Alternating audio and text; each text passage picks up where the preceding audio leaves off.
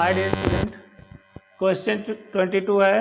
Hydrogen परमाणु में electron और प्रोटॉन के बीच की दूरी 0.5 एंगस्ट्रॉम है, तो उनकी पारस्परिक स्थितिज ऊर्जा क्या होगी ये आपको बताना है। देखिए,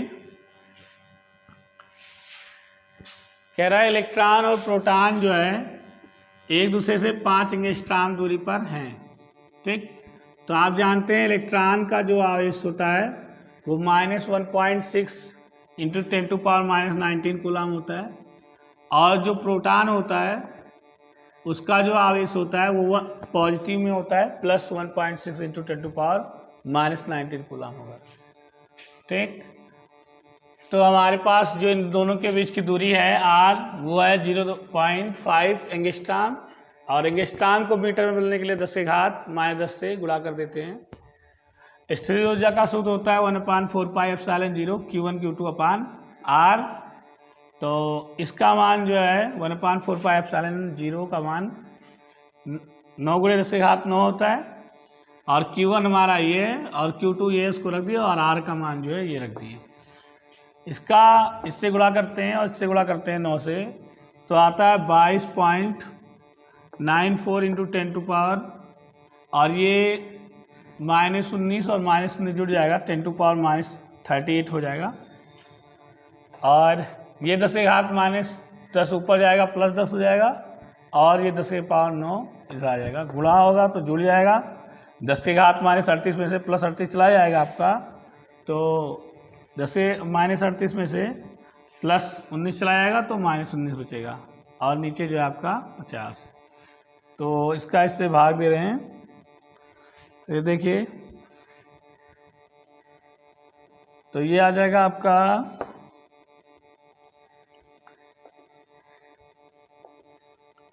44,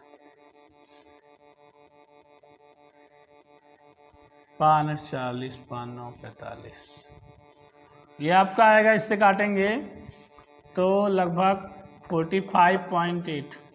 ठीक, तो 45.8 इंटू 10⁻−19 ये आएगा जूल, जो है स्थितिज ऊर्जा का मान।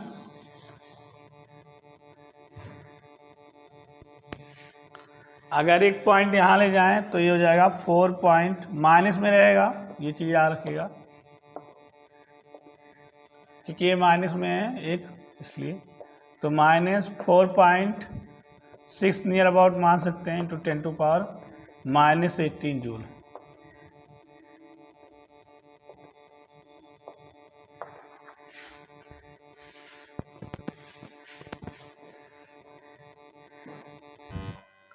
क्वेश्चन नंबर 24 है, कह रहा 2 आवेशित कणों में प्रत्येक पर 2.0 ×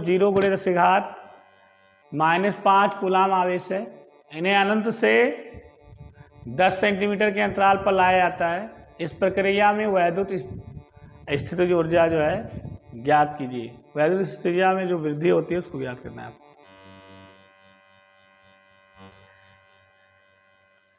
देखिए, कह रहा है 2 आवेशित कण हैं, कणों में प्रत्येक पर इतने आवेश कूलम आवेश है।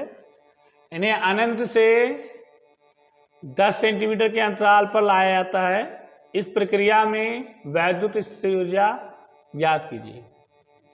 तो देखिए, 2 आवेशित कण हैं, इन्हें अनंत से जो है, अनंत से ऐसे बिंदु पर लाया जाता है जहां इनके बीच की जो दूरी होती है वो 10 सेंटीमीटर रह जाती है,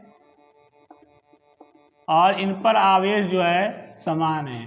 ठीक, दोनों पर प्लस क्यू आवेश है। तो आपसे कह रहा है इस प्रक्रिया में वैद्युत स्थितिज ऊर्जा में वृद्धि ज्ञात कीजिए। तो प्रारंभिक स्थितिज ऊर्जा क्या होगी इसकी?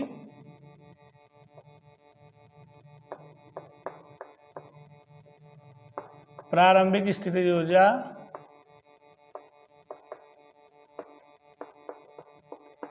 U1 हमारा जो है वो 0 होगा।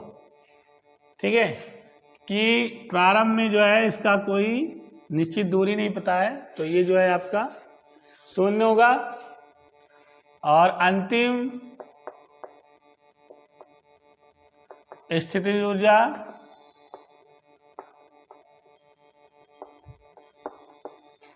U2 होगा 1/4 पाई एप्सिलॉन 0 Q स्क्वायर, क्योंकि Q समान है अपान R, तो Q है आपका 1/4 पाई एप्सिलॉन 0 का मान 9 × 10⁹ इंटू Q स्क्वायर 2.0 × 10⁻⁵ इसका स्क्वायर अपान R।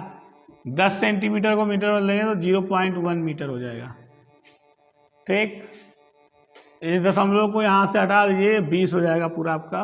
तो 9 दूनी 18, 180 गुणे 10⁹ इंटू 5 दूनी 10, तो 10 के घात -10 हो जाएगा। ये हो जाएगा 180 इंटू 10⁻10 में से 9 गया -1, यानी ये आ जाएगा आपका 10 से भाग देंगे तो 18।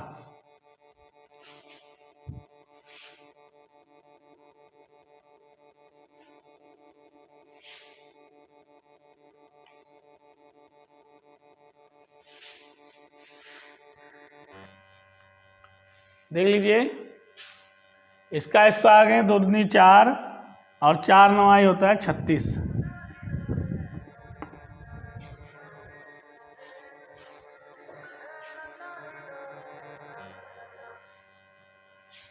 तो ये हो जाएगा आपका 360, और जब ये नीचे आएगा तो 0 ये गायब हो जाएगा, क्योंकि 10 से भाग देंगे तो ये आपका बचेगा केवल 36 जूल।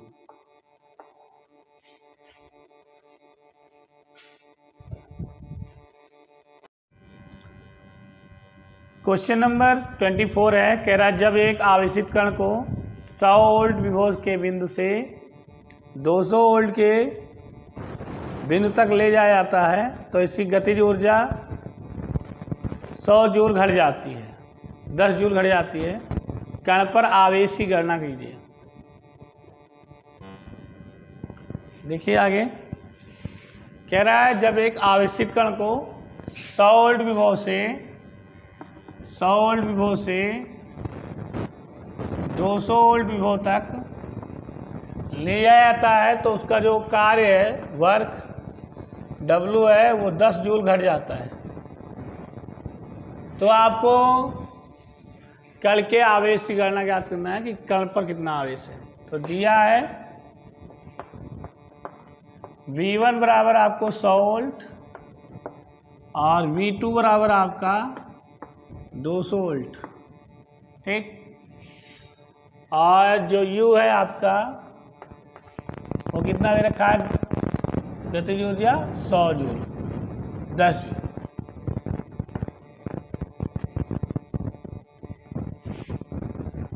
तो आप जानते हैं जो आवेश, कण पर आवेश, इसलिए कण पर आवेश Q बराबर क्या होगा,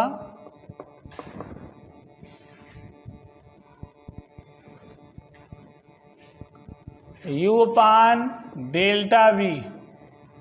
अब देखिए डेल्टा V क्या होगा, यहाँ ΔV बराबर आपका होगा V2 - V1, तो 200 - 100 यानी 100 वोल्ट।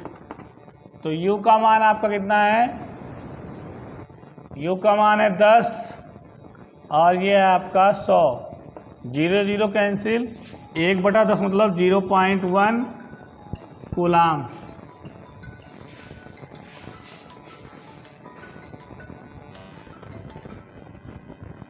इसका मतलब ये हुआ कि कण पर जो आवेश है 0.1 कूलाम हुआ।